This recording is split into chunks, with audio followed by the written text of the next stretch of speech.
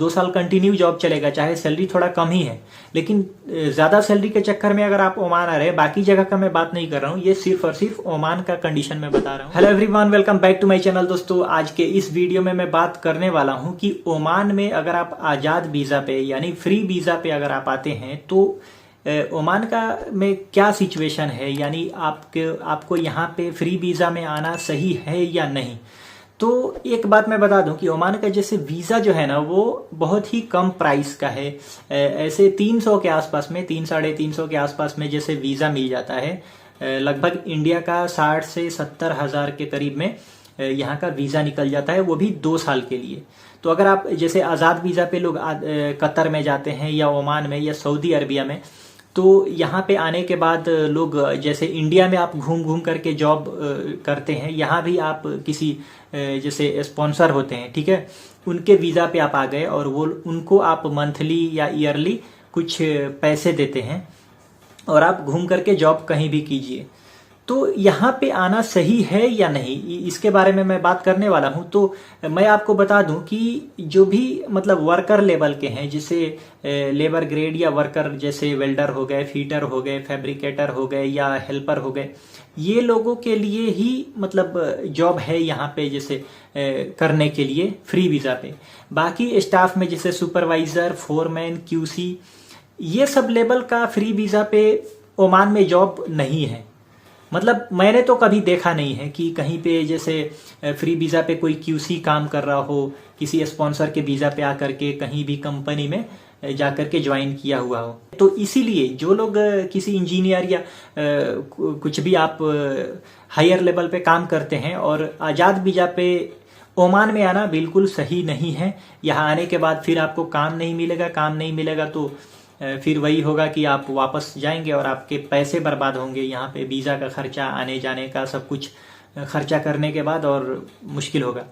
अब बात करते हैं कि जो लोग वर्कर लेवल में आते हैं तो उनके लिए यहाँ पे आना कैसा होगा।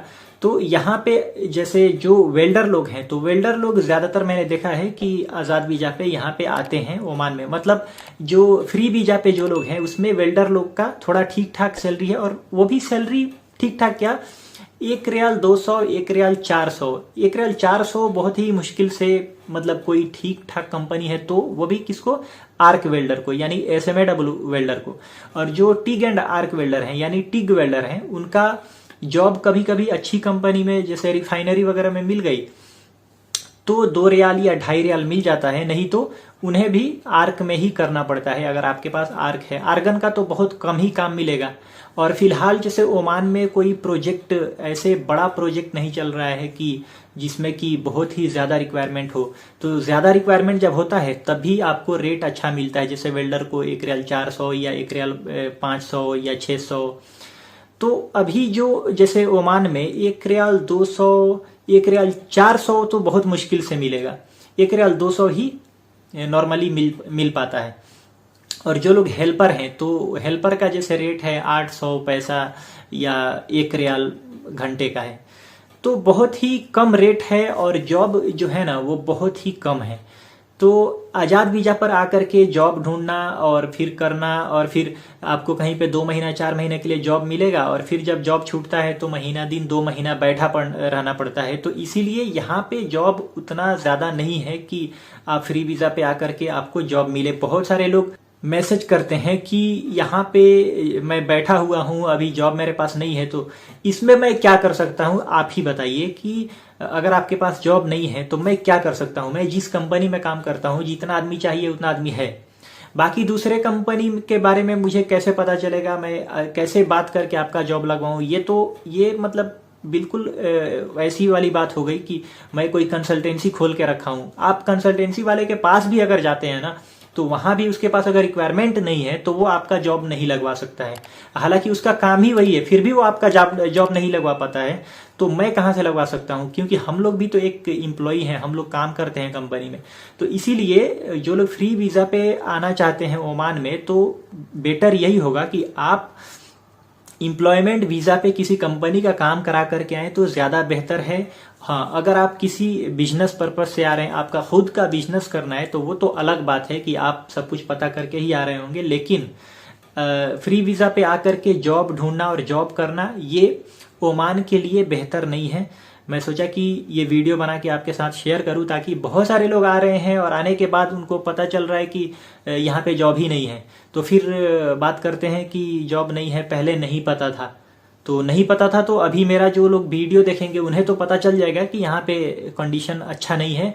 यानी फ्री वीज़ा पे अब बहुत सारा प्रोजेक्ट चल रहा है, बहुत सारी कंपनियों में जैसे काम है, काम जब ख़त्म होता है तो कंपनियां सीधे घर पे भेज देती है। यानी कोई प्रोजेक्ट मिला 2 साल का है, 3 साल का है, 1 साल का है, जब काम ख़त्म होता है तो एक ही बार आदमी को भेज देती है। जब कोई प्रोजेक्ट मिलेगा तो वैकेंसी निकलेगा और उसी टाइम में 5,000 आदमी चाहिए, 10,000 चाहिए, ये लोग हायर करते हैं और लेकर के आते हैं, काम खत्म होता है, भेज देते हैं।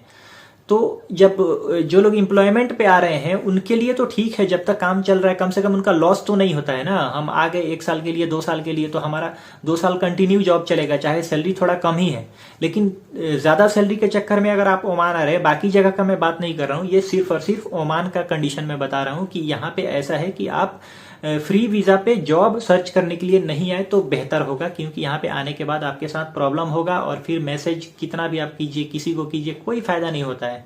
अगर यहाँ पे हमारे ही साथ कुछ हो जाए, किसी मतलब कंपनी में कोई सिचुएशन हो कि जॉब नहीं है, तो मैं क्या कर सकता हूँ, यहाँ से फाइनल जाना पड़ेगा, जा करके खुद का काम कराना पड़ेगा, यही तरीका है। तो वैसे आपको करना पड़ेगा। आप तो एक आज़ाद वीजा में इतना सारा पैसा खर्चा करके आते होंगे, क्या पता आप 1 लाख खर्चा किए कि 1.5 लाख किए, कैसे कैसे वीज़ा कोई आपको झूठ बोल के या कैसे करके दिलवाया होगा, और जब यहाँ पे आए होंगे तो आपके साथ सीधा उल्टा हुआ होगा। तो इसीलिए मैं यही राय दूंगा आपको कि अगर आप आज़ाद वीजा पे यानी फ्री वीजा पे अगर आप ओमान में आना चाहते हैं तो आप न आए तो बेहतर होगा, बाकी आपकी मर्जी है। देखिए, कहने के लिए तो सब लोग अपना अपना राय देता है, तो मेरा भी एक आपको एडवाइस नहीं है, मेरा एक सजेशन है आपको। एडवाइस तो मैं नहीं कर सकता हूँ, मैं आपको सजेशन दे सकता हूँ। तो मेरे हिसाब से यहाँ पे फ्री वीजा पे आकर के काम कराना बेहतर नहीं है, क्योंकि यहाँ पे जो जॉब का सिचुएशन है, जो लोग कंपनी में है तो कंपनी में ही काम इतना कम हो रहा है कि मतलब जहाँ पे काम कम है वहां से लोग कम कर रहे हैं। तो आज़ाद वीजा वालों को कहाँ से लेंगे? आज़ाद वीजा वालों को कब लिया जाता है? जब कंपनियों में काम ज़्यादा होता है, जैसे प्रोजेक्ट बहुत सारा चल रहा है, तो अगर कहीं रिफाइनरी का कोई प्रोजेक्ट चल रहा है तो उसके वजह से बहुत सारे जैसे छोटे मोटे कंपनी होते हैं उनको भी काम वहीं से मिलता है। अब वहां पे जो बड़ा वाला प्रोजेक्ट ही नहीं चलेगा तो इन लोगों के पास भी काम कम रहेगा, तो जो लोग कंपनी में हैं वही सफिशिएंट होते हैं काम करने के लिए। तो फिर बाहर वाले को हायर कैसे करेंगे? हाँ, अगर कोई बड़ा प्रोजेक्ट चल रहा है और बड़ा प्रोजेक्ट चलेगा तो वहाँ भी बहुत आदमी रिक्वायरमेंट होता है, बहुत आदमी के लिए, और जो छोटे मोटे कंपनी है इनके लिए भी बहुत सारे आदमी चाहिए होते हैं। तो ये लोग के पास आदमी कम जब पड़ते हैं तो ये लोग लोकल में जो लोग भी आज़ाद वीज़ा पे, फ्री वीज़ा पे जो लोग रहते हैं इनको कांटेक्ट करते हैं, यानी इनको हायर करते हैं, और जो भी 2 महीना, 4 महीना या 6 महीना, 1 साल के लिए लेते हैं। तो यहाँ पे उतना अभी काम नहीं है कि आज़ाद वीज़ा वालों को काम मिल पाए, यानी बहुत ही मुश्किल सिचुएशन है आज़ाद वीज़ा वालों के लिए। तो इसीलिए बेहतर है कि आप लोग, अगर आप आज़ाद वीज़ा पे ओमान में आना चाहते हैं तो ना आए तो बेहतर है, डायरेक्ट एम्प्लॉयमेंट वीज़ा पे आप कोशिश करें। चलिए दोस्तों, वीडियो को ख़त्म करते हो, थैंक यू वेरी मच।